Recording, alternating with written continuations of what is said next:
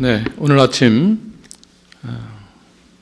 주님 전에서 함께 예배하며 하나님의 말씀을 사모하는 성도님들의 가정과 또 주신 기업 위에 하나님의 은혜가 충만하시기를 주님의 이름으로 축원합니다.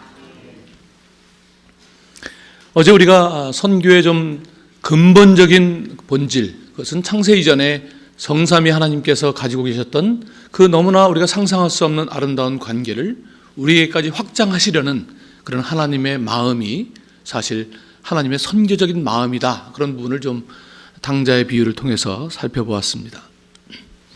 그런 관점에서, 그런 근본적인 뿌리의 관점에서 하나님께서 행하신 일들을 생각하면 좀 더 하나님의 하신 일들을 우리가 좀 이해하는 데 도움이 됩니다.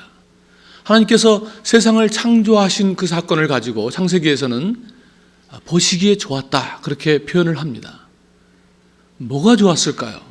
왜냐하면 우리가 좋다라고 하는 표현을 여러 면에서 우리가 사용하니까 하나님께서 세상을 창조하시고 보시기에 좋았다, 우리 사람을 보시면서 심히 좋았다 라고 말할 때 좋았다는 것은 도대체 뭐가 좋았다는 것입니까? 좋았다는 말을 여러 면에서 쓸 수 있지만 크게 둘로 제가 구분해 보면, 하나는 우리가 원하는 것, 우리가 예를 들어서 제가 무슨 물고기를 키우고 싶은데 열대어가 너무 비싸서 돈을 한참 모아가지고 드디어 제가 좋아하는 온갖 총천연색의 빛깔을 가진 그런 열대어를 사가지고 저희 거실에 탁 놓았을 때 보기에 너무 좋죠. 매일 아침마다 그 어항 속에서 다니는 열대어들을 볼 때마다 얼마나 좋겠습니까? 심히 좋죠. 또 어항이 아니라면 여러분이 좋아하는 것, 어떤 것을 사놓고서 그것을 볼 때마다 너무 좋죠. 변하지 않을수록 좋죠. 그렇게 좋은 것을 관상용이다 이렇게 말할 수 있습니다. 관상용은 뭡니까? 보면서 좋은 거예요. 살 때 그 모습 그대로 갈 수 있다면 너무 좋은 것이죠. 하나님께서 우리 세상을 만드시고 좋았다 하는 것이 그런 관상용이었을까요? 야, 너무 잘 나왔다. 어쩜 이렇게 내가 생각한 대로 이쁘게 잘 나왔냐. 세상이 아주 너무 잘 나왔네. 관상용으로 너무 좋으셨을까요? 이런 건 어떻습니까? 결혼한 지 너무 세월이 오래되는데도 자녀가 없어요. 10년 오래오래 기다리다가 그게 내 자녀보다는 할아버지면 더 그렇겠죠. 내 자녀가 결혼했는데 아이가 없다가 한 5, 6년 있다가 어렵게 아이를 낳았어요. 그 아이를 보면 어떻습니까? 심히 좋죠. 관상용입니까? 빵긋빵긋 웃으면 막 넘어지시죠. 그렇게 빵긋빵긋 1년만 변하지 않고 있어 보세요. 2년이 지났는데 애가 그대로 빵긋빵긋이야. 변하지 않아. 큰일 나죠. 왜? 관상용이 아니기 때문에. 그것은 물론 지금 빵긋빵긋 웃는 건 너무 귀하지만 그 아이가 자라서 또 한 사람의 사회인으로, 한 사람의 하나님의 사람으로 성장할 것을 포함해서 우리가 기뻐하는 것이죠. 그것은 관계용입니다. 관계용. 하나님께서 우리 세상을 만드시고 인간을 만드셨을 때 심히 기뻐하신 것은 관상용이 아니라 관계용이었다는 것입니다. 성삼위 하나님의 관계를 생각하면 그분이 창조를 왜 했는가를 이해할 수 있는 것이죠. 우리를 관계용으로 자기의 형상을 닮은 피조물로 만드신 것은 관계용으로 만드신 것입니다. 이것은 무엇을 말합니까? 에덴 동산에 대해서 우리가 근본적으로 생각을 고쳐야 된다는 것입니다. 범죄하기 전에 에덴 동산은 말하자면 무균실 같은, 아직 범죄가 없는 그 에덴 동산은 거기가 끝이 아니라는 것입니다. 범죄하지 않고 이 아이들이 내가 만든 그대로 영원토록 갔으면 좋겠다. 그래서 하나님의 바람이 아니라는 것입니다. 범죄하지 않은 에덴 동산은 이제 시작인 것이죠. 하나님께서 우리 인간을 자기 형상대로 만드시고 이제 이 인간이 알지 못하는 이 놀라운 하나님 나라의 신비로운 진리를, 생명에 속한 것을 이제 하나씩 나누시면서 어디까지? 우리가 신이 되는 것은 아니지만, 그것은 불교적인 것이죠. 우리가 신이 되는 것은 아니지만 신의 성품에 참여하는 자, 거의 신과 같은 하나님 나라의 유업을 함께 나눠받는 그 영광의 자리까지 이르시게 하시려고 하는 하나님의 그 엄청난 열정과 계획, 그것을 이제 시작하실 참이었죠. 그러니까 에덴 동산은 시작인 것입니다. 무엇에 대한 시작입니까? 하나님과의 온전한 관계, 그 관계라고 하는 것은 진리를 온전히 아는 단계까지 이르게 되는 그곳으로 주님이 우리를 초대하신 것입니다. 그래서 사실 에덴 동산에 있는 것을 우리가 어저께로 비교해 보면 그냥 집에 있는 아들하고 뭐 조금 차이는 있지만 비슷한 것입니다. 또 집을 나가 우리가 범죄하게 됐지만 그러나 하나님께서 우리를 마침내 본래 계획하신, 창조 이전에 계획하신 것으로 다시 우리를 만들어 가실 것에 대해서는 변하지 않았다는 것입니다. 그것이 우리 예수 그리스도를 통해서 이루시려고 하는 하나님의 계획인 것이죠. 하나님은 그것을 마침내 이루실 것입니다. 비록 우리가 자유의지를 가지고 하나님을 더 아는 것에 힘쓰는 것으로 나아갔으면 좋았겠지만 그렇게 되지 않고 어제 아들처럼 집을 나가버렸습니다. 하나님께서는 창세기 11장까지 내려오는데 많은 일들을, 우리를 찾기 위해서 많은 일들을 행하시지만 그러나 인간은 돌아오지 않았습니다.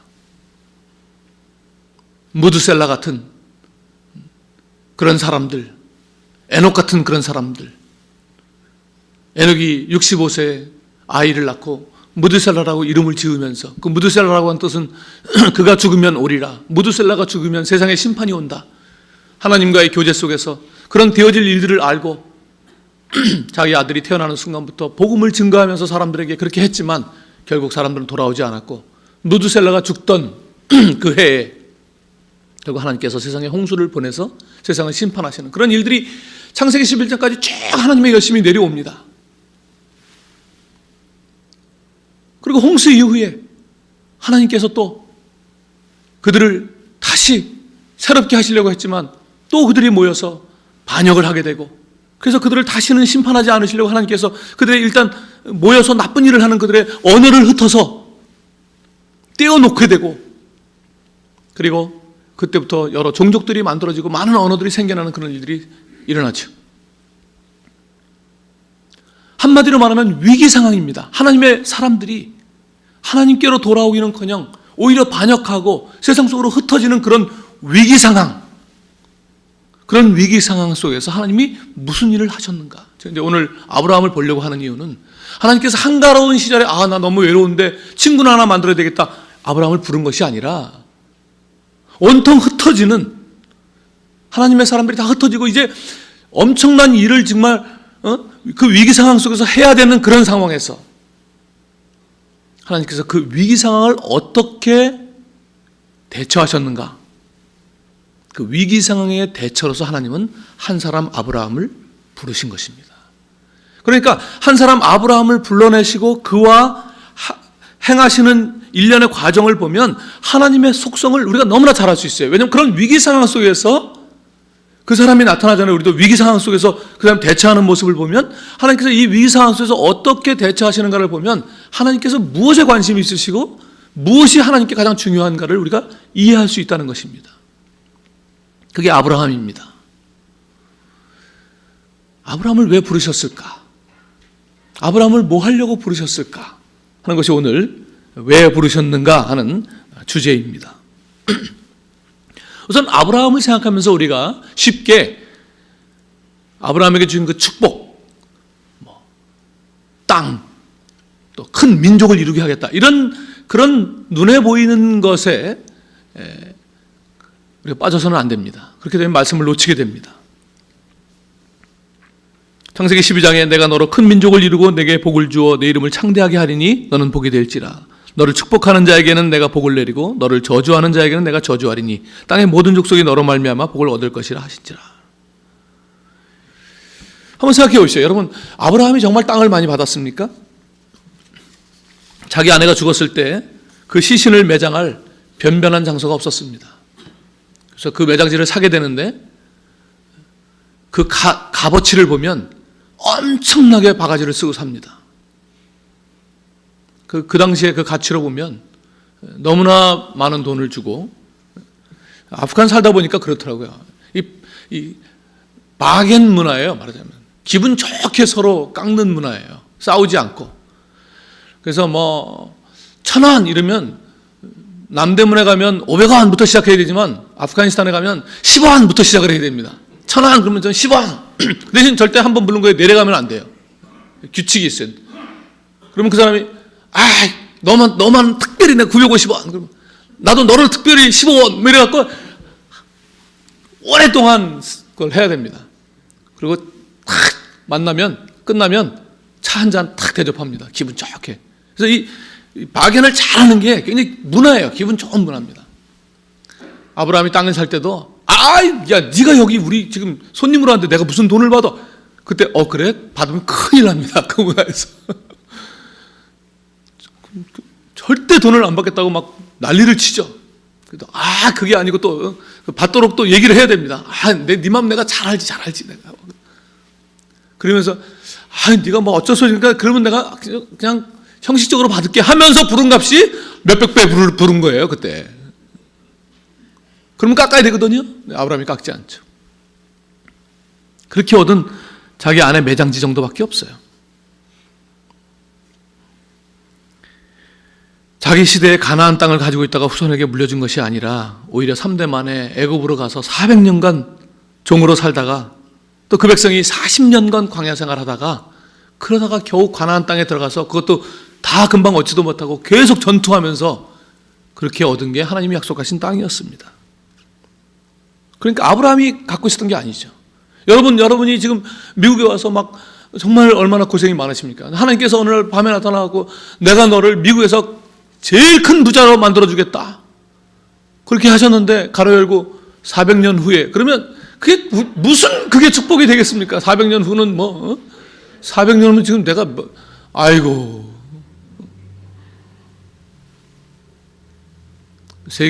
미국에서 제일 큰 부자는 필요 없으니까 400년 후 말고 그냥 내년에 조금 잘 되게 해주세요. 그게 없으면 우리한테 좋지 뭐. 400년에 무슨 의미가 있어요? 땅을 주겠다. 400년에 그게 무슨 아브라함에게 축복이 되겠습니까? 큰 민족도 한번 생각해 보십시오. 큰 민족을 만들려면 아브라함은 처음부터 적절한 사람이 아니었어요.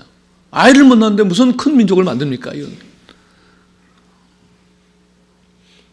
기네스북에 그 피오도르 바실리예프라는 러시아 남자의 부인, 대단한 27번의 출산을 통해서 69명을 낳은, 바로 그냥 전략 공천이라고 그러죠. 이런 거를 경선하지 않고 바로 하나님의 큰 민족 프로젝트의 후보로 바로 발탁되는 16번 쌍둥이, 7번 새쌍둥이, 4번은 넷쌍둥이, 한 번도 비효율적으로 한 명만 낳은 적이 없다는 이 여인. 신생아 사망률이 높았던 1700년대에 아이 2명만 죽고 나머지를 다 살려냈다는 이 기적의 여인. 이런 여인 정도 되면 하나님께서 큰 민족을 만드는데 적절한 그런 훌륭한 아브라함 부인 후보죠. 물론 하나님께서 변변하지 못한 자를 불러서 자신의 실력을 보여주는 경우도 많지만, 그랬다면 이 아이를 낳지 못하는 아브라함과 사라를 불러서 그 이듬해 기적적으로 셋쌍둥이 넷쌍둥이 막 나가지고 그 주변 사람들이 야 이거 정말이구나, 하나님께서 아브라함을 통해서 큰 민족을 만드시나 보다, 이걸 느꼈어야죠. 그런데 너무나 이 위기 상황 속에서, 이 긴급한 상황 속에서 너무나 한 사람과 슬로우하게 가지 않습니까? 너무나 이 아브라함의 인생 스토리를 천천히 보여주잖아요. 그냥 빨리 그래서 애를 줘갖고 이렇게 큰 민족을 만들었다, 이러고 빨리 가야 될 것 같은데 너무나 천천히 창세기를 진행하신다는 것입니다. 무슨 얘기를 주님은 지금 우리에게 하고 싶은 걸까요? 한 사람에게 제한되지 않지만 한 사람을 놓치지 않는 이 하나님을 이해하는 것이 말씀의 핵심입니다. 그런 관점을 가지고 좀 아브라함을 좀 보겠습니다. 아브라함을 보는데 제가 볼 때 한 2가지의 키워드로 보려고 합니다. 하나는 복음을 아는 자라고 하는 키워드입니다. 갈라디아서에 바울은 이렇게 말합니다. 또 하나님이 이방을 믿음으로 말미암아 의로 정하실 것을 성경이 미리 알고 먼저 아브라함에게 복음을 전하되 모든 이방인이 너로 말미암아 복을 받으리라 하였느니라. 조금 어려운데요. 현대어 성경은 이렇게 번역했습니다. 성경은 이방인일지라도 그들이 믿기만 하면 하나님께서 구원하신다는 바로 지금과 같은 상황을 미리 내다보고 기록해 두었습니다. 하나님께서 아주 오래전에 아브라함에게 나는 어느 나라 사람이든지 너처럼 나를 의지하는 사람에게 복을 내릴 것이다 고 하신 말씀이 바로 그것입니다. 그러므로 그리스도를 의지하는 사람은 모두 아브라함과 같은 복을 받게 되는 것입니다. 자, 하나님, 아브라함을 부르신 하나님께서는 그에게 복음을 전해주시죠. 그런데 그 아브라함에게 전해진 복음이 뭐냐면 이방인, 즉 열방이 복을 얻게 될 것이다. 그것이 복음이었다는 것입니다. 그러니까 아브라함과 아브라함의 후손들만을 위한 것이 아니라 실제로 사도 바울이 해석하는 것은 뭐냐면 그것이 아브라함을 통해서 모든 열방이 복을 얻게 되는 것, 그것이 복음이었다는 것입니다. 놀라운 이야기입니다. 사도 바울과 같이 구약에 정통했던 이 유대인이 이 사실을 이제서야 알았다는 게 놀라운 사실입니다. 그렇게 어려서부터 구약을 알고 외우고 정통했던 신학자 사도 바울이 이 이야기의 뜻을 예수님을 만나고 이후에 깨닫게 되었다는 게 너무 놀라운 일이라는 것입니다. 이게 무슨 얘기입니까? 성경 읽기가 나 중심으로 되면 안 보인다는 것입니다. 유대인들이 유대인 중심으로 성경을 읽으니까 아브라함에게 하나님께서 이렇게 말씀하신 게 다 써 있는데도 그건 안 보이는 거예요. 아브라함은 우리 유대인의 조상이고 우리 유대인이 선택된 백성이고 그런 관점에서만 성경을 읽다 보니까 이게 안 보이는 거예요. 오늘 우리 성경 읽기가 그렇지 않습니까? 우리가 성경 읽기를 아침 묵상을 하는 것은 필요하고 중요한 이야기지만 그 성경 묵상이 하나님께서 오늘 내게 무슨 말씀 주실까? 그 내게라고 하는 뜻이 오늘 내가 해야 되는 일 가운데 하나님께서 어떻게 나를 도와주실까라는 관점으로 마치 유대인의 관점처럼 그렇게 정해져 있으면 아무리 읽어도 이 원래 뜻이 안 보이는 것이죠. 이게 오늘날 성경 읽기의 맹점입니다. 관점이 사도 바울처럼 예수님을 만나서 관점이 변하지 않으면 성경 읽기를 그렇게 평생 해온 사람이 이것을 못 받아내는 게 놀라운 일 아니겠습니까? 지금 하나님은 타락한 이 시대에 이 위기 상황 속에서 대수로 공사를 막 시작하는 것입니다. 이 사막과 같은 이곳에 하나님께서 관 하나를 이제 묻으시려고 하는 것입니다. 그리고 또 하나를 묻고 또 하나를 묻고 언젠가는 이 사막에 물이 넘쳐 흐를 것인데 지금 하나님은 한 관을 처음 묻으시는 일을 하시는 것이죠. 아브라함은 복음 자체는 아닙니다. 아브라함이 복의 근원은 아닌 것이죠. 그렇지만 하나님께서 복이 될지라 이 말씀은 무슨 말씀입니까? 마치 복을 전하는 그런 복의 통로 같은 것인데 이 통로라고 하는 것이 우리가 통로라 그러면 자꾸 유통을 생각을 합니다. 유통. 물론 관의 역할이 있습니다. 무엇인가를 전달해야 되는 관의 역할이 있습니다. 그렇지만 단순히 유통하는 사람이 아니라 내가 복이 되어야 다른 사람에게 복을 전할 수 있는, 마치 어제 제자가 제자를 만들 수 있는 것처럼 이 복이 될지라고 하는 말씀은 그저 관이 되라고 하는 뜻이 아니라 복음을 전하는 자가 아니라 복음의 구현자가 되라는 뜻입니다. 복음을 살아내는 자가 되는 것이죠. 마치 나무로 말한다면 약간 대나무 같은 비어있지만 절대 허술하지 않은, 대나무보다 단단한 나무가 어디 있습니까? 대나무같이 무엇인가를 전달하지만 그러나 단단한, 그것도 적절하지 않은데 하여튼 우리가 하나님의 복음으로 충만해서 복음을 전달하는 그런 사람을 요구하는 것이죠. 이 통로라고 하는 정체성에게 요구되는 두 번째는 열매입니다. 열매를 맺는 것이죠. 사실 관이라고 하는 것은 끝에 포도나무가 그렇죠. 포도나무는 약간 관이지만은 나무를 보면 별 볼 일 없지만 그 맺는 열매 때문에 가치가 있는 것이죠. 에스겔서 15장 2절에 이런 말씀이 있습니다. 인자야, 포도나무가 모든 나무보다 나은 것이 무엇이랴? 포도나무가 다른 나무보다 나은 게 뭐냐? 숲속의 여러 나무 가운데 있는 그 포도나무 가지가 나은 것이 무엇이랴? 이렇게 질문하십니다. 하나님께서 에스겔을 통해서. 그러면서 이렇게 말씀하셔요. 그 나무를 가지고 무엇을 제조할 수 있느냐? 그것으로 무슨 그릇을 걸 못을 만들 수 있겠느냐? 이게 무슨 말씀입니까? 포도나무를 심을 때 가구를 짜려고 심는 사람이 없다는 것입니다. 포도나무는 가구용이 아니에요. 포도나무는 열매용입니다. 하나님께서 우리를 이 땅에 두신 것은 가구용이 아니라는 것입니다. 우리를 가지고 통통하게 만들어서 우리를 가구를 짜려고 하신 것이 아니라 열매를 맺게 하시려고, 우리가 볼 때는 포도나무처럼 볼품없어 보일지 모르지만 그 속에 생명을 흘러넘치게 하는 그런 관으로 우리를 심으셨다는 것입니다.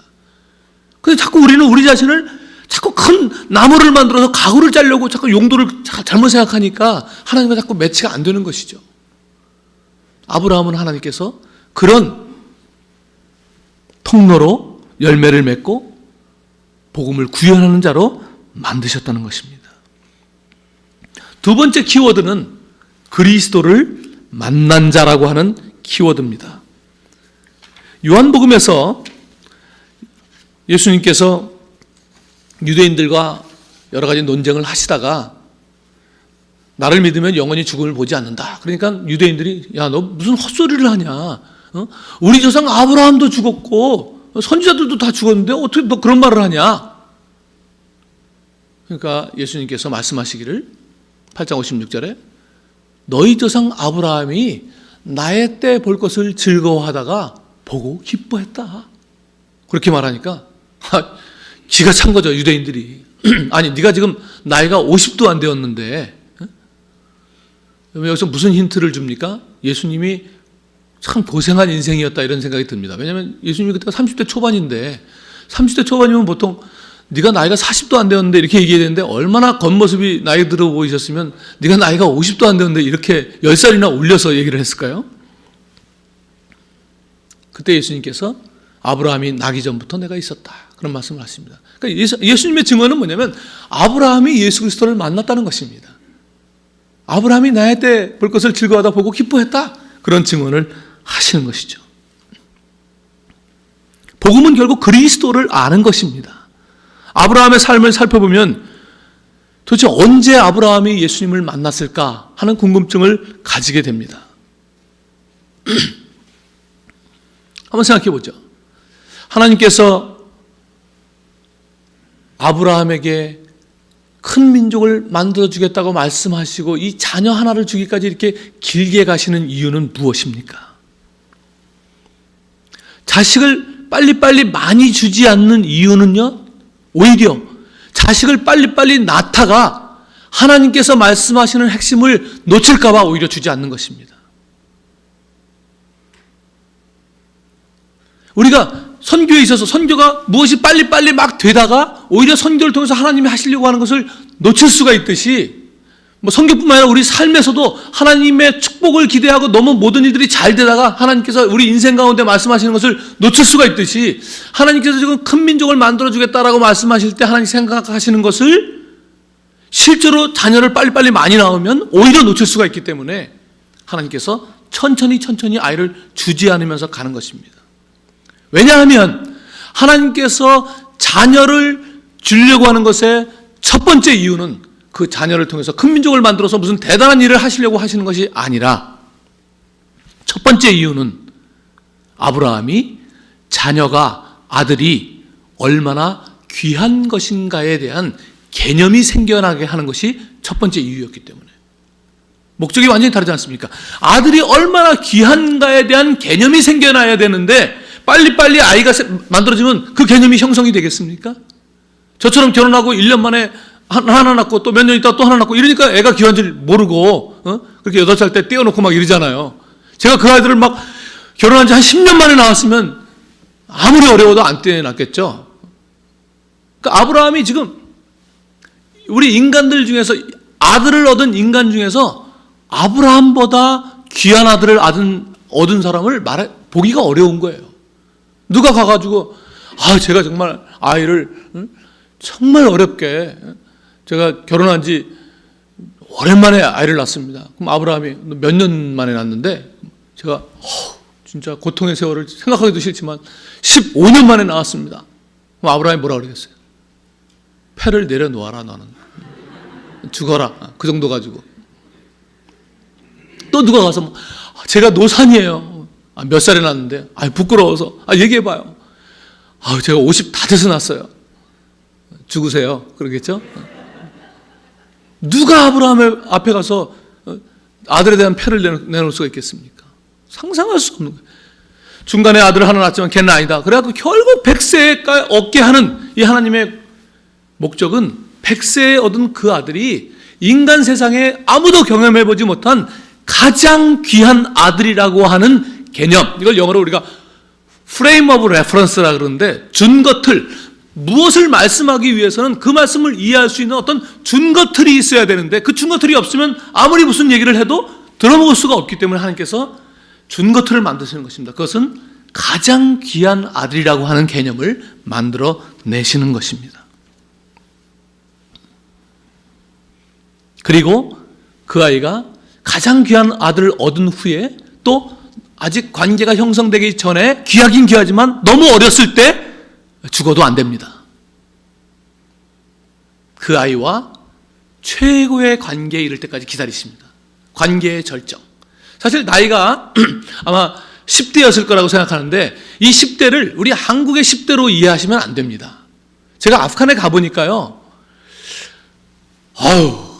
너무 아이들이 일찍 어른이 됩니다. 학교를 안 다니고 그러니까, 우리처럼 막 교육제도가 길고 그러질 않으니까 애들이 일찍 어른이 돼요. 그래서 한 12살, 3살 되면, 제가 30대 초반에 갔는데 저하고 거의 비슷한 수준이에요. 그래갖고 제가 길을 가면 12살, 3살 된 애들이 제 이름을 그냥, 거기도 존댓말인데 존댓말 안 쓰고 제 이름을 막 부릅니다. 야, 아담한, 일로 와봐. 너 나하고 차 한잔 마셔. 이래요. 그게 적응이 잘 안 되더라고요. 12살짜리가 저한테 반말로, 야, 일로 와서 차 한잔 마시고 이러는데, 나중에 왜 그런가 생각해 보니까, 얘네들이 이제 가난하니까 한 4살, 5살 되면 그 자동차 공업사 이런 데 맡겨요. 먹고 살기가 어려우니까, 애는 많이 낳고 그러니까 맡기면, 그때부터 한 5살 때부터 자동차 공업사에서 허드렛 일 도와주면서 거기서 밥을 먹여주면서 사는 거예요. 그러니까 12살이면 직장생활 7년 차예요. 지금 제 큰아들이 직장생활 5년 차거든요. 그러니까 우리 애보다 2년을 더 한 거야. 그러니까 애가 뭐 12살이면요 사회를 다 알아버려가지고, 게다가 저보다도 수염 거기 털이 많으니까 이렇게 송송송송 콧수염이 더 이렇게 송송송 더 있어요, 저보다. 그러니까 보통 수염으로 나이를 구분하는데 저는 평생 20대를 넘기기가 어렵습니다, 거기 가면. 한 번은 저하고 늘 축구하던 친구, 저보다 훨씬 늙어 보이는 아주 짙은, 왜냐하면 20살쯤 되면 정말 짙거든요, 수염이. 그러니까 저보다 훨씬 늙어 보이는 그 친구네 집에 밥 먹으러 갔더니 아버님이 느릿느릿 나오시더라고요. 그래서 아버님한테 정중하게 인사를 하고 인사를 했는데, 아버님이 저보다 1살 어린가 그랬어요. 일찍 결혼하고 그러니까. 그래서 이 이삭이 아마 아버지와 최고의 관계에 이른 것 같아요. 왜냐하면 번제할 어린 양은 어디 있습니까? 이런 걸 물어보는 걸로 봐서 그 당시에 제사의 개념을 알고 있었고, 아버지와 이제 대화가 되는, 아버지, 뭐 옛날에는 애가 그냥 내가 지원만 하고 그랬는데 이제는 애가 커가지고 이제 뭐 우리 직장 다니니까, 혹은 뭐 우리 목사님에게 영환이가 이제 같은 사역자가 되었고, 아버지 이럴 때는 어떻게 해야 돼요? 이런 대화가 되는 그런 아이로 성장을 한 거예요. 제가 직장 생활 해보니까 아버지 옛날 직장 생활 할 때 그게 저하고 비슷하네, 뭐 이런 얘기, 큰아들하고 얘기 나눌 때 굉장히 기분 좋거든요. 소통이 되니까. 그쯤 됐을 때 하나님께서 됐다, 이제 죽여라. 이 죽여라를 위해서 이 일을 벌여오신 거예요. 상상할 수 없는 거죠. 하나님께서 아들을 주시려고 했던 목적은 뭐냐면, 최고의 절정의 관계를 만들어 놓고 이 아이를 죽이라고 하실 이때를 기다려 오신 것입니다. 그러니까 큰 민족을 만들고 땅을 주는 것과 전혀 다른 차원의 이야기입니다. 아들을 죽여야 하는 이 아버지의 마음을 도대체 무엇으로 우리가 비교할 수 있겠습니까? 세월호 사건이 아직 다 끝난 사건이 아니기 때문에 좀 더 기다려야 되겠지만, 아마 앞으로 10년쯤 지나면 세월호에 관한 그런 보고서들이 나오면서 그 아들, 딸들을 잃은 부모님들이 얼마나 생존해 계실지, 어떤 일들이 각 가정에 일어났을지 아마 책으로 나오게 될 것이라고 생각이 듭니다. 얼마 전에도 어떤 부모가 자기 세월호 때 죽은 딸아이의 휴대폰을 복구하다가 자기 딸아이가 아닌 아이의 목소리가 들려 있어갖고 이게 누구냐고 막 거기 살아나온 애들한테 물어봐서 다른 자기 딸아이의 친구, 걔도 죽었는데 딸아이의 친구의 목소리라는 것을 확인해서 그 음성 파일을 그 부모에게 전달해 준 일이 있었습니다. 김영은 양이라고 여학생인데 자기 아마 핸드폰을 어쩌다가 잃어버린 것 같아요. 그래서 자기 친구에게 물이 막 차오르는 상황에서 곧 죽을 상황에서 부모에게 이제 긴급하게 마지막 녹음을 한 그것이 녹음 파일이 발견이 됐습니다. 막 울먹이면서 엄마 미안해. 아빠도 너무 미안하고 엄마 정말 미안해. 그리고 사랑해 정말 요만큼 하고 죽었습니다. 이 엄마 아빠가 도대체 어떻게 살아갈 수 있을까요? 아마 10년쯤 지나야 우리가 이해할 수 있을 거라고 생각이 듭니다. 여러분 성수대교 사건을 기억하시죠? 성수대교 무너졌을 때 무학여고에 다니는 여고생들이 많이 학교를 가다가 통학하다가 죽었습니다. 그리고 성수대교가 10년쯤 지났을 때 기자 하나가 그때 딸아이를 잃어버린 그 가정에 어떤 일들이 있는가를 조사하기 시작했습니다. 놀라운 일들은 많은 아빠들이 그 10년 안에 죽었다는 사실을 발견하게 됩니다. 그래서 그것을 추적을 합니다. 왜 아빠들이 죽었을까? 그 중에 한 아이의 이야기입니다. 연수라고 하는 아이가 그날 죽었습니다. 그 아버지는 대기업에 다니는 임원이었습니다. 딸아이의 가방을 받아들게 됩니다. 가방을 유품을 뒤지다가 거기에 아빠에게 보내는 편지를 발견하게 됩니다. 이 아이가 죽기 전에 그런 건 아니었지만 아빠에게 편지를 하나 써놓고 주려고 했는데 못 주고 있다가 주지 못하고 죽었습니다. 왜 아빠에게 편지를 썼냐면 그 아이가 고등학생인데 무슨 조금 소소한 잘못을 했는데 이 아버지가 워낙 강직하신 분이고 그러시다 보니까 그 고등학교 딸아이를 회초리를 들은 것입니다. 그래서 워낙 아빠하고 딸 사이가 뭐 얼마나 친하겠습니까? 그런데 잘 되라고 그렇게 해가지고 약간 서먹서먹해져 있었던 때예요. 그때 딸아이가 아버지에게 편지를 쓴 거죠. 이렇게 썼습니다. 사랑하는 아빠 보세요. 아빠, 저는 요즘 얼마나 마음이 아픈지 모릅니다. 아빠가 저를 때리셨을 때 제 마음보다 100배, 1000배나 더 마음 아프실 아빠를 생각할 때마다 눈물을 감출 수가 없습니다. 하지만 아빠, 저를 때리신 것이라 생각하지 마세요. 제 속에 있던 나쁜 것들을 때려서 물리치신 거라 생각하세요. 아빠, 저를 위해 한 번 더 마음을 풀어주시지 않겠어요? 이렇게 맺고 죽었습니다. 이 아빠는 아침에 일어나면 멍하니 눈물을 흘립니다. 딸아이가 생각났겠죠. 퇴근해서 집에 오면 울고 회사에서도 회의를 주재하다가 갑자기 뭐가 생각나지 남몰래 또 울었습니다. 밥을 먹다가도 통곡을 하고 잠이 안 와서 뒤척이는가 보다 하고 아내가 이렇게 보면 벽 쪽을 향해서 훌쩍훌쩍 울었습니다. 그렇게 울고 울다가 2년을 살다가 병명 없이 시름시름 앓다가 돌아가셨습니다. 그것이 아버지죠. 그것이 아버지의 마음입니다. 하지만 그런 인간의 어떤 비극도 아브라함과 비교할 수 없습니다. 왜냐하면 아이를 직접 죽여야 하는 이 아버지의 심정을 어떻게 이해할 수 있겠습니까? 빨리 큰 민족을 이루는 것이 아니라 하나님께서 지금 이스라엘이라고 하는 민족을 만드시는 궁극적인 의도는 이스라엘에게 무슨 선교의 사명을 줘가지고 이스라엘 백성들이 세상에 나가서 복음을 전하고 하는 그것이 아니라 이스라엘 백성들이 하나님께서 본래 아담과 하와에게 하늘 진리를 가르쳐서 하늘 진리로 온전히 무장됐다는 표현 좀 그렇고 하늘 진리 자체가 되는 그런 사람들을 만들기를 원하셨던 것처럼 하나님께서 이제 이 세상 가운데 다시 선택된 백성, 그 백성을 쳐다보기만 하면 하나님의 진리가 막 보이는 그런 백성을 만들기를 원하시는 것입니다. 다시 말하면 하나님의 말씀과 같은 백성이 이 땅에 존재해야 되는 것입니다. 어떻게 세상이 하나님을 알 수 있겠습니까? 하나님의 말씀처럼 보이는 그들의 행동, 그들의 절기, 그들의 무슨 성막 활동 이런 모든 것들이 그냥 보기만 하면 하나님의 진리가 보여지는 그런 하나님의 진리 백성을 하나님은 만들기를 원하셨습니다. 그래서 지금 하나님의 진리 백성 만드는 프로젝트를 하나님 시작하시면서 한 사람 아브라함을 불러서 이제 한 사람 아브라함이 하나님의 진리를 이해하는 정도의 수준이 앞으로 아브라함을 통해서 만들어질 이스라엘 백성의 진리 수준이 되는 것이기 때문에 시간이 길더라도 한 사람을 온전히 만드는 일이 하나님께 너무너무나 중요한 일이에요. 이 한 사람이 하나님의 진리를 온전히 이해해야 그 아브라함을 통해서 그 자녀에게 점차적으로 이 진리들이 전달될 것이고, 물론 하나님 또 나타나시지만은 그렇게 진리 민족을 만드는데 하나님께서 관심이 있으셨다는 것입니다. 하나님께서 아브라함에게 최고의 진리를 나누기로 작정하십니다.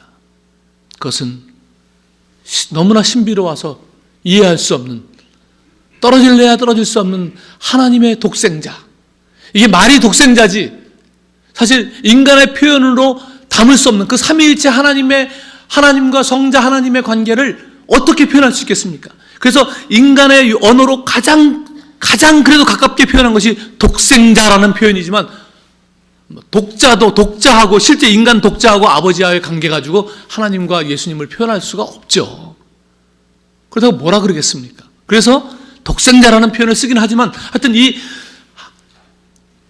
독생자를 죽이셔야 하는 이 진리를 아브라함과 나누기를 원하신 하나님께서 아브라함에게 그나마 인간 세상에서 가장 치열한 독생자를 만들어서 그 개념을 심어서 그 독생자를 가장 절정했을 때 죽이라고 하심으로써 독생자를 죽이셔야 하는 하나님 아버지의 그 진리, 그 심정, 그 사랑, 그 희생, 그 은혜를 아브라함과 나누기로 작정하셨다는 것입니다.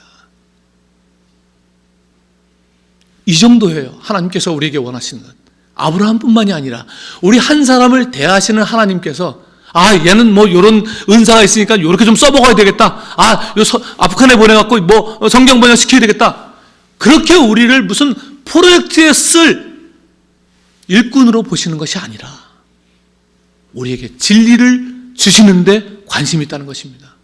왜냐하면 진리로 풍성해지면 나가지 말라 그래도, 뭘 하지 말라 그래도 할 수밖에 없는 인간이 되기 때문에, 저같이 무슨 놀기 좋아하고 제가 무슨 선교사를 생각을 했겠습니까? 순전히 제가 선교사가 된 것은 제가 해병대가 있는 그 군대 내내 동안 새벽 기도 때마다 제가 선교사 되라고 기도한 우리 형 그놈 때문에, 지가 가면 되지 왜 남을, 아무 생각도 없는 저를 3년 동안이나 새벽 기도 때 선교사가 되라고 기도해가지고, 자기는 국내에서 목회하고 저는 지금 선교사가 돼갖고.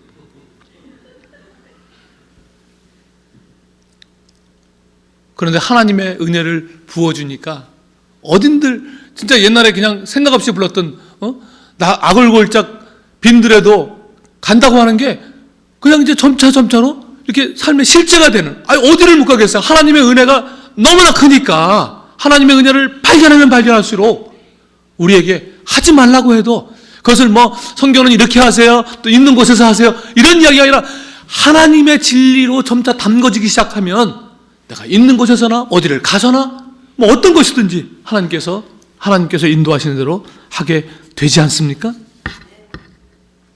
너무나 놀라운 일들을 하나님께서 우리를 통해서 하시는 것이죠. 그 하나님의 마음을 가슴 벅차게, 저는 그때 어떤 식으로든 아브라함이 예수님을 만났을 거란 생각이 듭니다. 아마 아브라함이 이해한 것은 그거였겠죠. 죽여라, 내 아들을 죽여라 말씀하시는 그 하나님의 눈에서 실제로 하나님께서 자기 자신을 향해서 내 아들 예수를 세상을 위해서 죽여라 혼자 되뇌이고 계시는 그 하나님의 심정을 아브라함이 읽었겠죠. 너무나 사랑스러운 아들을 죽여야 하는 그 아비의 심정에서 하나님을 보니 그 눈에, 그래서 저는 운 것은 아브라함이 아니라 하나님이 우셨다 그런 생각이 듭니다. 죽여라, 네 독생자를 죽여라. 아브라함에게 하시는 말씀이 아니라 자기 자신에게 하시는 그 하나님의 심정을 아브라함이 보았겠죠. 그리고 거기서 하나님께 준비하신 그 양을 보면서 어떤 식으로든 예수 그리스도를 만났을 것이라고 저는 생각합니다. 그 모리아산에서 아브라함은 정말 주체할 수 없는 은혜의 눈물을 흘렸을 것입니다. 어떻게 고백했을지 상상은 안 되지만 말씀을 정리하면서 어제 목사님이 제가 노래를 좋아한다 그랬는데 노래도 물론 좋아하지만 제가 찬양도 엄청 좋아합니다. 제 취미가 찬양 하나씩 섭렵해 가는 게 취미인데 아마 이런 찬양을 아브라함이 그 모리아산에서 불렀었지 않았을까 이런 생각 들면서 아침에 찬양 하나 하겠습니다.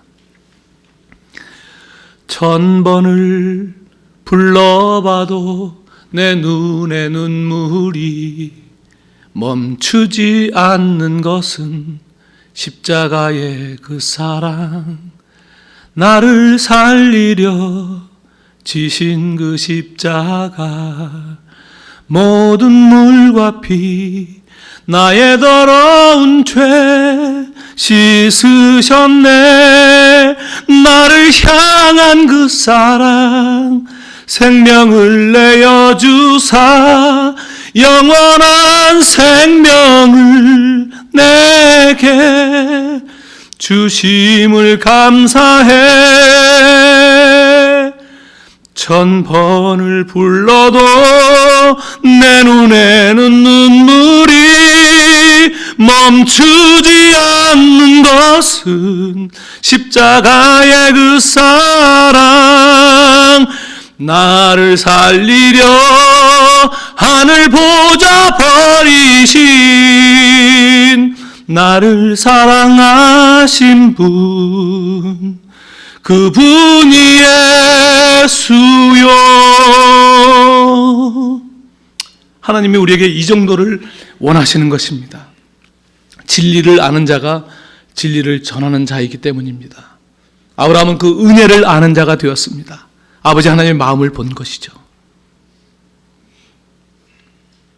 이 아브라함의 수준까지 하나님은 이스라엘에게 원하셨고 이제 우리 오늘 교회에게 그 정도의 진리의 수준을 원하시는 것입니다. 하나님은 이 공동체를 통해서 무슨 어떤 많은 세상의 프로젝트를 먼저 생각하신 것이 아니라 이 공동체가 하나님의 말씀으로 진리의 공동체가 되는 데 관심이 있습니다. 왜냐하면 하나님의 은혜와 진리를 알면 여러분이 어느 곳으로 가든지 그 진리를 여러분이 드러낼 수밖에 없는 그런 사람들이 되기 때문에 하나님께서 이곳에 말씀을 주시고 그것을 통해서 하나님의 심정을 이 아브라함에게 그 진리 하나를 나누기 위해서 이 긴 세월을 오시는 것처럼 여러분에게 주시는 여러 가지 사건들, 때때로는 이해가 안 되고 왜 나를 여기까지 보내서 이렇게 하나, 그렇게 하실지 모르지만 그 속에서 세밀하게 하나님의 진리를 하나씩 준 것들을 만들어 놓고 말씀하시고 가르치시고 그렇게 열심히 우리를 위해서 지금 하나님은 사역 중에 계시는 것입니다. 우리는 아버지의 마음을 깨달아야 합니다. 아버지를 알아야 합니다. 아버지가 우리의 목적입니다. 하나님께서 주시는 어떤 것이 우리의 목적이 아니라 아버지가 우리의 목적입니다. 그를 아는 만큼 우리는 영광을 돌리면서 그만큼 세상에서 그분을 드러낼 수 있기 때문이죠. 아브라함처럼 바로 그 아버지를 아시는 그런 복을 누리시기를 주님의 이름으로 축원합니다. 기도하겠습니다.